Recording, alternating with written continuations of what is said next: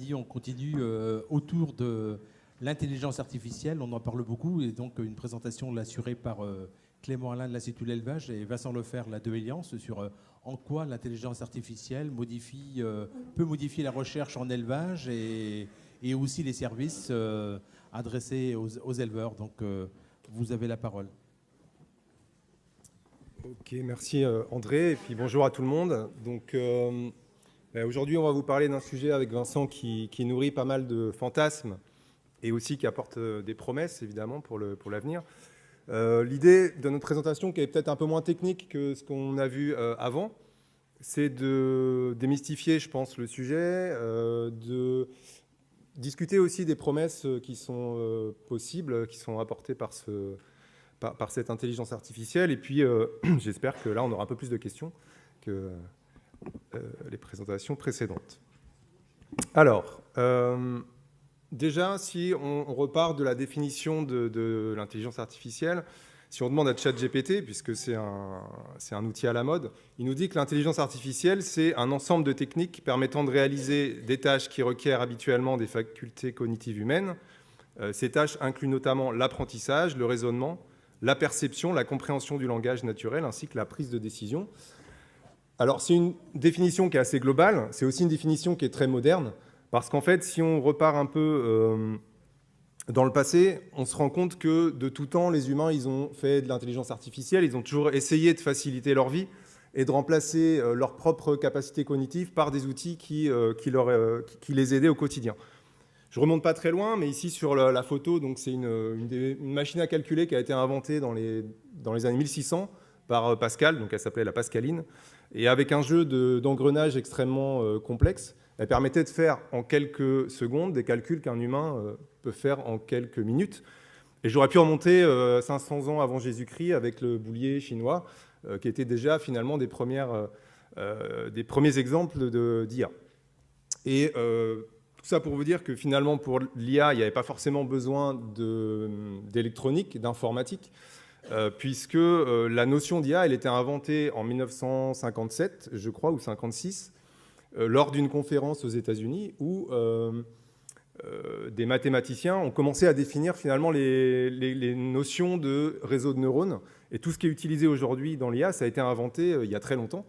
Sauf qu'ils n'avaient pas de machine, ils n'avaient pas d'ordinateur pour faire fonctionner ces concepts-là. Et donc, les premiers exemples d'IA vraiment médiatisés qui utilisaient des fonctions informatiques, c'est arrivé ici qu'en 1996, où il y a eu vraiment un exemple très médiatisé, où l'ordinateur de IBM, qui s'appelait Deep Blue, a abattu le champion du monde d'échecs. Et à cette époque-là, on n'apprenait pas aux ordinateurs à jouer, on leur donnait l'ensemble des combinaisons. Donc aux échecs, on avait renseigné l'ensemble, l'exhaustivité des combinaisons, ce qui permettait à l'ordinateur d'anticiper un peu les coups. Mais il y avait besoin de lui renseigner l'exhaustivité finalement de ce qui était possible. Ensuite est arrivé Internet et on va dire une vague de données extrêmement importante, notamment de photos, puisque dès qu'il y a eu des forums de discussion, les gens se sont mis à poster des photos de chats.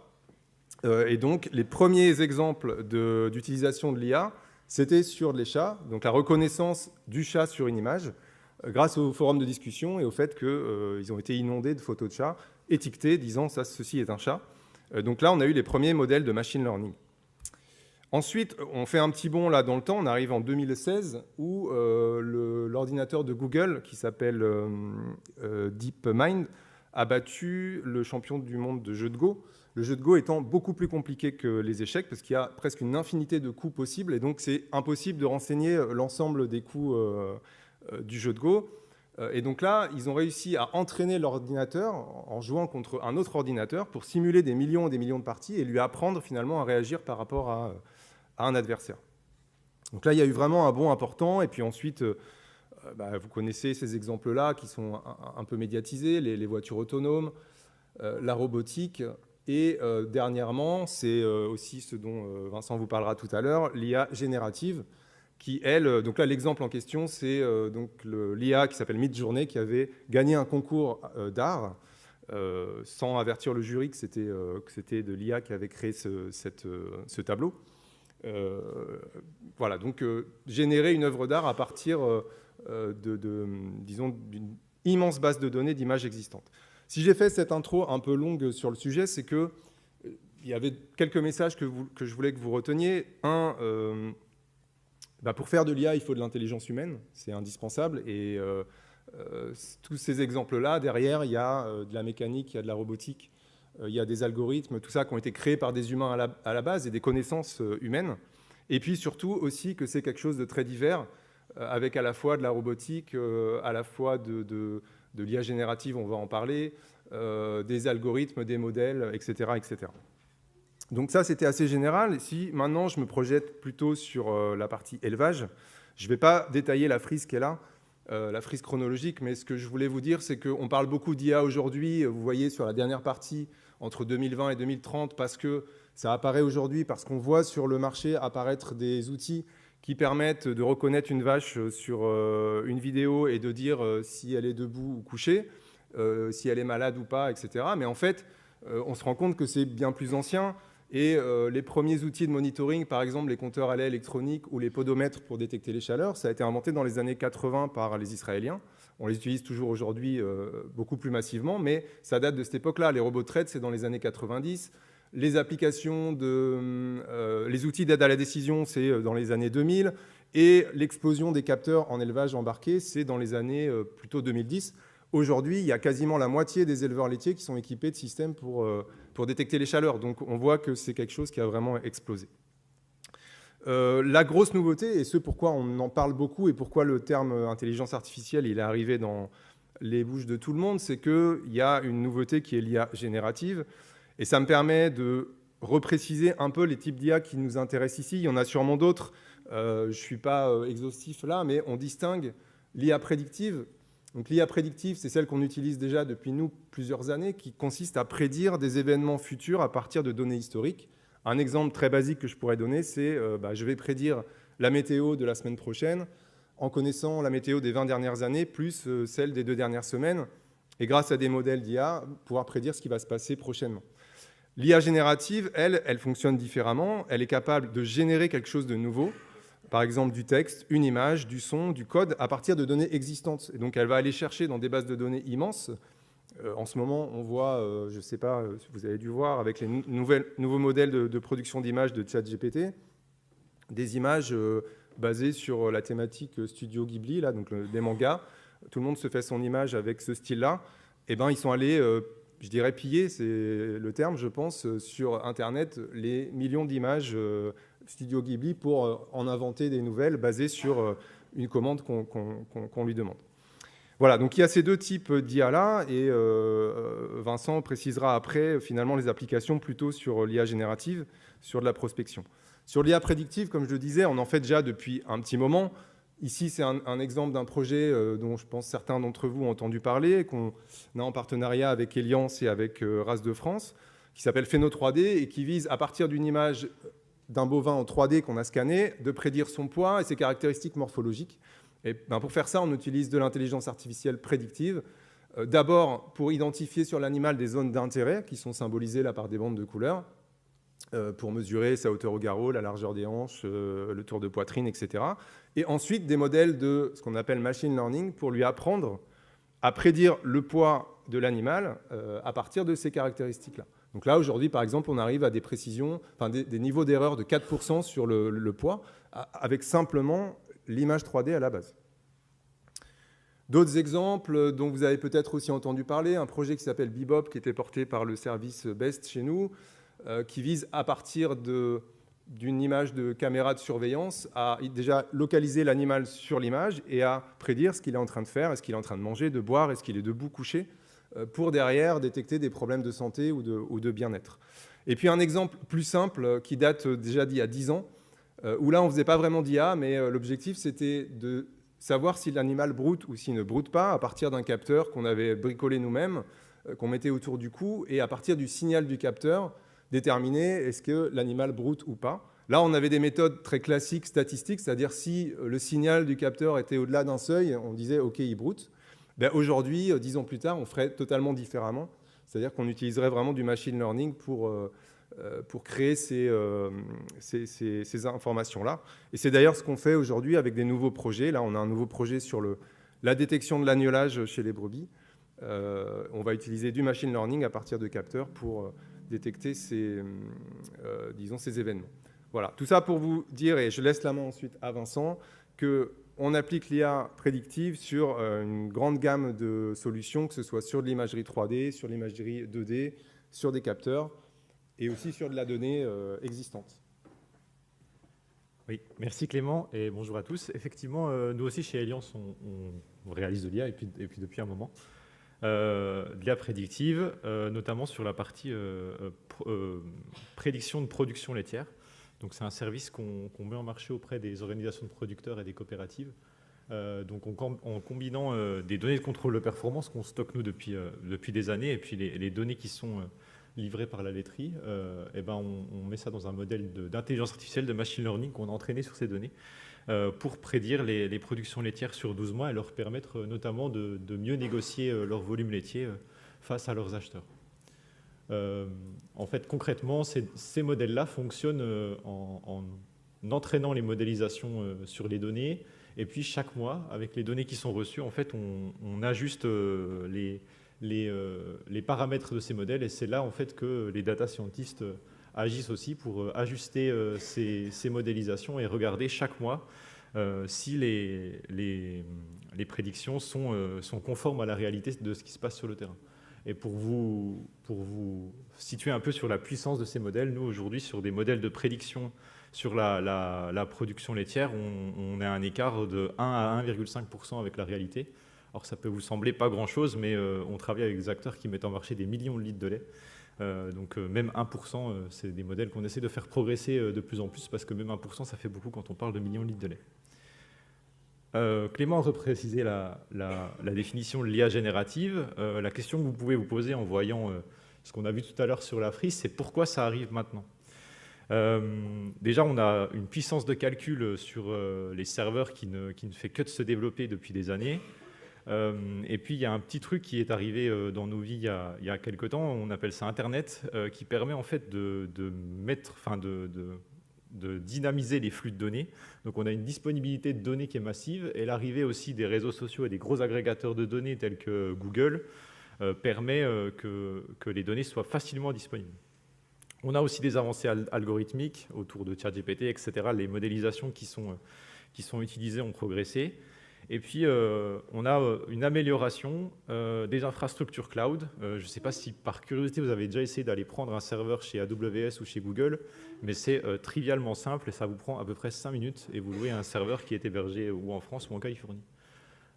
Et puis, vous l'avez vu aussi dans la presse, des investissements massifs des acteurs, et notamment des acteurs nord-américains, sur ces technologies qui sont aujourd'hui disponibles pour le grand public. Quelles tâches sont facilement substituables par de l'intelligence artificielle? Généralement, c'est des tâches qui sont répétitives ou routinières, qui sont documentées avec des documentations claires et précises, qui dépendent de données structurées, parce que quoi qu'on fasse sur l'intelligence artificielle, qu'elle soit générative ou pas, ça dépend toujours de données structurées. Et puis aussi, généralement, le conseil qu'on donne, c'est qu'il faut que ce soit des processus qui soient peu sensibles pour l'entreprise ou pour l'entité. Je pense qu'on ne donnera pas tout de suite la décision des codes nucléaires à une intelligence artificielle. Les applications concrètes qu'on a aujourd'hui dans nos métiers, alors elles commencent à arriver dans les outils métiers, mais c'est le tout début.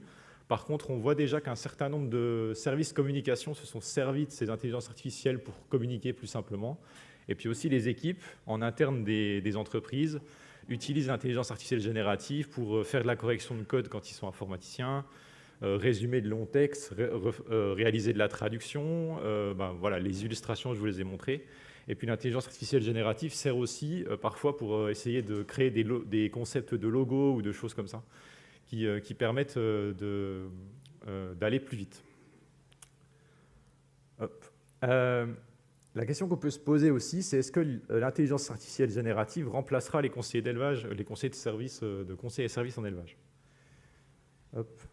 On répond plutôt non à cette question quand on y réfléchit, parce qu'au centre du métier du conseiller, il y a quand même le contact humain, et c'est ça qui fait aussi la puissance des conseillers d'élevage. Par contre, l'IA, elle va produire ce qu'on appelle ou ce qu'on appellera des conseillers augmentés, car pour tout un tas de processus dans l'entreprise, la recherche d'informations, par exemple, la synthèse de documents ou la synthèse de données, ou la suggestion de présentation de résultats, l'intelligence artificielle générative a des points forts qui sont indéniables. Là, pendant quelques minutes, on vous a présenté tous les points forts de l'intelligence artificielle et de l'intelligence artificielle générative, mais elle a aussi des points faibles, et c'est ce qu'on a récapitulé ici. Déjà, d'un point de vue géopolitique et sécurité des données, quand vous confiez des données à une intelligence artificielle générative, ChatGPT ou autre, vous ne savez pas ce que les acteurs qui stockent les données en font. Et généralement, les plus gros pourvoyeurs aujourd'hui d'intelligence artificielle générative, ils sont nord-américains. Et l'actualité vous prouve que la relation avec les États-Unis n'est pas toujours au beau fixe. Il y a aussi des problématiques climatiques. On en a longuement parlé cet après-midi. Pour vous situer, le monde numérique aujourd'hui, donc nos téléphones portables, Internet, etc., sans l'intelligence artificielle générative, c'est des chiffres qui ont été établis avant, par le Shift Project notamment, c'est 4% des émissions mondiales. Ça vous représente peut-être rien dans vos esprits, mais 4% des émissions mondiales, c'est l'équivalent de l'intégralité des poids lourds qui circulent dans le monde. Donc c'est quand même pas négligeable. Et en plus, c'est un secteur qui est en croissance, alors que la plupart des secteurs, au niveau de ce que recherchent les secteurs au niveau des émissions de CO2, sont plutôt des secteurs qui essayent de réduire. Et ça, c'est un secteur qui progresse et qui progresse très vite. Et aussi, pour vous situer, la génération d'une image, donc tout à l'heure, on parlait des générations d'images autour de Ghibli. C'est l'équivalent de la recherche complète d'un smartphone, donc ce n'est pas du tout anodin. Il y a une chose qu'on voulait aussi vous remettre en avant, c'est que l'intelligence artificielle et l'intelligence artificielle générative, ça semble quelque chose d'immatériel, mais pourtant ça fonctionne avec des serveurs, ça fonctionne avec des ordinateurs, ça fonctionne avec des smartphones. Et ces outils, ils ont besoin de ressources métalliques, et notamment de ressources minières. Et là, l'intelligence artificielle générative, vu que tous les fabricants s'y mettent, les chercheurs disent qu'on pourrait remplacer d'ici 2030 10 milliards de téléphones, ce qui est totalement dingue au niveau des minerais. Et aussi, ces minerais posent des problèmes géopolitiques parce que sont souvent extraits dans des pays qui sont avec des niveaux de développement plutôt faibles, malheureusement. Et il y a un autre petit problème avec l'IA dont on commence à parler, mais on en est vraiment au tout début, c'est que l'intelligence artificielle, si les humains ne produisent plus de contenu, pourrait être entraînée qu'avec de l'intelligence artificielle. Et en fait, l'image qu'on donne généralement, c'est si vous prenez une feuille de papier, que vous la photocopiez, que vous la sortez, que vous la refotocopiez. Au bout de 50 photocopies, elle devient totalement floue. Et c'est un peu la même chose pour les IA. On appelle ça le risque de collapse. Et donc, le problème, c'est que malgré tout, il faudra toujours qu'on produise des contenus qui sont bien humains. Donc, à retenir sur ces sujets-là, la filière bovine laitière est déjà bien concernée par l'intelligence artificielle, et on l'a vu historiquement. Surtout l'intelligence artificielle prédictive. Mais l'intelligence artificielle générative vient révolutionner le monde du conseil et services en élevage et nos métiers, et l'intégralité, d'ailleurs bien plus que nos métiers. Donc on a besoin de formation des utilisateurs, on a besoin de fiabiliser les sources de données et les corpus documentaires, on a besoin de répondre à des questions éthiques et légales sur ces sujets, parce que les personnes qui se font entre guillemets, pomper leur contenu, eh bien, il faut qu'on puisse trancher ces sujets-là. Et puis, ça pose la question de l'accès aux données, de l'interopérabilité des outils, et puis de la sécurité des données qui sont saisies. Voilà.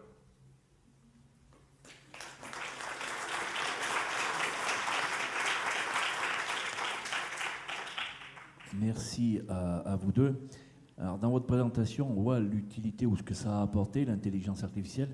Mais sur votre fin, est-ce qu'on arrive au bout, ou est-ce qu'il y a vraiment des inconvénients ou des choses qui peuvent on peut être rattrapé, comme on dit dans le jargon, par la patrouille par rapport à tout ça, notamment par rapport aux données. Je ne vais pas rentrer dans les minéraux pour composer les choses, mais notamment des données aujourd'hui, qui est un vrai débat au sein de la profession.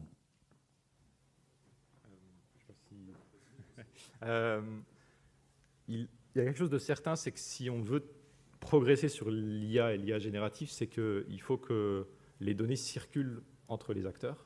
Donc ça pose des problèmes de gouvernance, de modèle économique, etc. On le sait tous. Et puis sur la question de la progression, on se rend compte sur notamment l'IA générative que les 2 dernières années ont vraiment été, c'était presque une news par semaine. Et là, on a tendance à voir que malgré les investissements colossaux, ça semble un peu se ralentir. Donc voilà, je pense que le progrès va maintenant un peu atteindre un plafond avant la peut-être future évolution sur la partie calcul peut-être. Mais... Ouais, bon, je ne redirai pas ce que tu as dit sur la circulation et la sécurité des données, mais aujourd'hui, sur l'IA générative, on a plein d'applications pour notre quotidien qu'on utilise, nous, à l'Institut de l'élevage. Plein de gens l'utilisent déjà pour leur quotidien. Par contre, des applications professionnelles, pour l'instant, elles ne sont pas encore arrivées. Elles ne sont pas encore arrivées dans le monde de l'élevage concrètement, ni dans beaucoup de filières d'ailleurs. Et voilà, je pense que ça va être le prochain boom, il va être là-dessus, quoi. Mais avec des questions, pour finir là-dessus et pour reprendre la conclusion de Vincent, avec des questions éthiques et légales qui sont extrêmement importantes. Aujourd'hui, avec un outil d'IA générative, on peut déjà programmer un petit outil de conseil en lui donnant quelques documents techniques de l'Institut de l'élevage ou des organismes de conseil en élevage, et en lui disant d'aller piocher dedans, il est capable de vous fournir du conseil sur l'alimentation, la santé des animaux, vous dire quels soins il faut apporter parce qu'il pense que c'est telle pathologie. Mais est-ce que légalement et éthiquement, on peut aller jusque-là ? Les choses sont possibles techniquement. Par contre, il y a tout un tas de règles à établir avant de pouvoir finalement les utiliser. Et je pense aussi que c'est pour ça que les structures de conseil en élevage ne sont pas encore saisies complètement de ça, ni les vétos d'ailleurs, parce que ça pose quand même des questions importantes. Oui. Sophie Matalien, Institut de l'élevage, on parle beaucoup de ChatGPT, mais il existe d'autres outils, en particulier Mistral, et j'ai lu des trucs qui disaient que c'était plutôt plus économe, et puis c'est européen quand même. Donc, est-ce qu'on n'a pas intérêt aussi, collectivement, à se dire, on essaye de prôner ce genre de choses, mais je ne sais pas si ça... Quel est votre avis là-dessus ? Non, on a totalement intérêt à aller sur ce type de technologie. Et d'ailleurs, Plus fort dans le micro, s'il vous plaît. Pardon, on a eu, effectivement, il faut qu'on aille sur ce type de technologie. D'ailleurs, il y a eu un congrès, un forum sur l'IA animé par la France il y a peu de temps, qui ont essayé de remettre en avant ce type de technologie. Après, peut-être le problème qu'on a, mais ce n'est pas un problème français, hein, c'est un problème européen, c'est un problème sur les technologies cloud, où on n'a pas encore autant de technologies autour de l'IA. L'Europe s'est aussi dotée d'armes législatives, hein, ils ont assez vite réagi sur ces modèles. Donc effectivement, il faut qu'on essaye peut-être de gagner nous-mêmes notre souveraineté en allant sur ces modèles-là plutôt que les modèles nord-américains ils sont pas toujours avec une grosse avance. Voilà, ils ont de l'avance sur certains points, mais voilà. Oui, Sophie, tu as raison, et justement on en parlait avec Joël tout à l'heure. Mistral, donc une solution française à la base, il faut absolument essayer de favoriser cet outil-là. D'ailleurs, je pense que dans les projets futurs qu'on aura autour de l'IA générative, il faut qu'on essaye de se rapprocher d'eux et de voir s'il y a des possibilités de collaborer, plutôt que d'utiliser des solutions américaines, évidemment. Et d'ailleurs, je précise, parce que je le disais à Joël tout à l'heure, les gens qui ont un abonnement free personnel pour le mobile ont accès à 1 an de Mistral gratuit, enfin la version payante. Donc utiliser ce levier-là pour le tester, c'est une bonne solution. Je ne sais pas si on a le droit de faire de la pub. Est-ce qu'il y a d'autres réactions dans la salle ? Christophe Millot, je suis de la coopération laitière, mais président du groupe Data du CNIEL.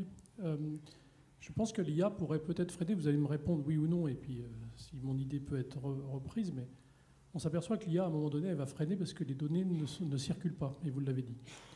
À un moment donné, beaucoup de gens ne savent pas véritablement. Moi, en tant qu'agriculteur, je ne sais pas exactement toutes les bases de données où j'ai des données dessus. Et à la limite, je me demande si il ne faudrait pas demain avoir une place de marché, en fait. C'est-à-dire que je suis en capacité de le système d'information fait que je connais mes bases de données où j'ai des données, où j'ai des droits dessus. Et demain, réussir à avoir une place de marché en disant quelqu'un qui est prêt à me rendre service me demande mes bases et des droits. Et qu'on puisse justement, et l'IA, elle, là, par derrière, pourra donner un coup de main, parce que moi, mes questions, je pourrais carrément les faire circuler, et puis peut-être des calculateurs qui seront peut-être payants ou par échange feront que j'arriverai à avoir des réponses à vos questions. Mais pour l'instant, faut être très calé pour réussir à savoir où j'ai des droits sur les bases de données. Il faut qu'on me les demande, parce que je ne sais même pas. Et on demande beaucoup de la circulation, mais en fait...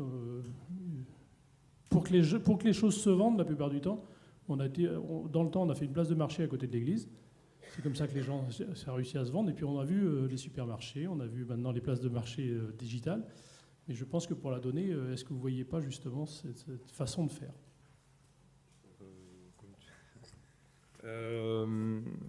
Oui, c'est une question compliquée sur le partage des données. C'est pas, avant qu'on parle d'intelligence artificielle, il y avait déjà cette question-là. Il y a 10 ans, ou peut-être même plus, sur le partage et la propriété des données, leur valeur, etc. Et là, ça prend encore plus d'ampleur. Ce que vous dites sur la place de marché, je ne sais pas comment...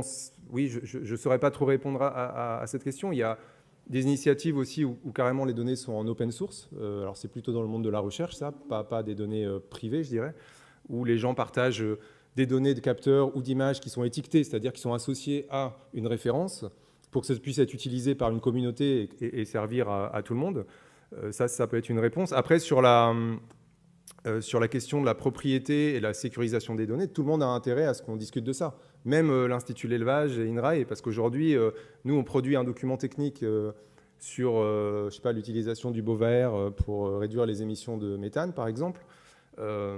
Hier, il fallait télécharger le PDF qui est en libre accès, le potasser et prendre le temps de l'analyser, de l'utiliser, etc. Demain, avec l'IA générative, il suffit de lui rentrer ça dedans, de poser une question, et ça va vous sortir une réponse. Et si c'est en libre accès sur Internet, comme ça l'est aujourd'hui, n'importe qui peut s'emparer de ces documents-là, sans demander la permission à personne, comme ce qu'a fait ChatGPT jusqu'à maintenant. Donc, je n'ai pas de réponse à apporter à ce que vous dites, mais il y a une question quand même essentielle à définir comment on utilise ça, et on a plutôt, nous, intérêt en tant qu'institut de R&D à se saisir de la question nous-mêmes et rapidement, avant que les autres nous piquent nos ressources techniques, quoi. Donc il y a aussi cet enjeu-là qui est essentiel.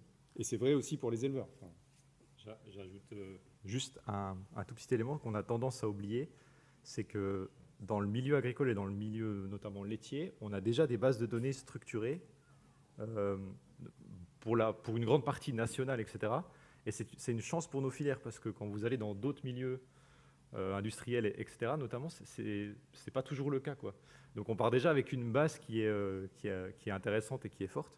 Après, voilà, c'est la relation entre acteurs, des échanges entre les différentes filières, les différents organismes qui pourront lever ces freins, mais on évolue tous déjà dans une infrastructure qui est adaptée et assez robuste quand même. Anne-Charlotte. Alors, on a quelques questions de la part, même un certain nombre, ou un nombre certain de questions de la part de nos antennes. Je vais essayer de les résumer. Il y a qui sont à cheval entre des remarques et des questions. Donc, peut-être du côté positif, l'IA va probablement devenir indispensable à court terme dans nos élevages. Et est-ce qu'on n'a pas intérêt à s'organiser vite pour mieux accompagner les éleveurs dans les tâches administratives ou techniques, pour ne pas être dépassés par d'autres pays. Donc là, c'est allons-y, essayons de l'utiliser de manière rapide. Et ensuite, il y a des questions qui nous sont posées. Est-ce que le fait pour un technicien, un conseiller, un accompagnant de se nourrir d'intelligence artificielle et d'avoir des réponses immédiates à toutes ces questions, est-ce qu'il ne risque pas de ne plus être capable d'apprendre ? Et est-ce que nos cerveaux vont continuer à progresser si on est trop nourri d'intelligence artificielle ? Alors, peut-être, je ne sais pas, justement. Et dans le même sens, comment est-ce qu'on évalue la pertinence des réponses apportées par les IA génératives ? Comment évaluer si ce que nous dit l'IA est vrai ou faux ? Et aussi, comment savoir quand une IA générative répond à une question, sur quoi elle a basé sa réponse? Est-ce qu'il n'y a pas un risque d'avoir des réponses boîte noire sans qu'on sache sur quelle source ou référence elles sont construites? Alors, il y a un faisceau de questions. Il y a plein de questions dans les questions, effectivement. Donc, et réponse rapide et courte. Oui, alors il y a deux questions qui se répondent un peu. Il y a la question de dire si quelqu'un a un accès ultra rapide à l'information, est-ce qu'il ne va pas devenir un mauvais conseiller, en somme?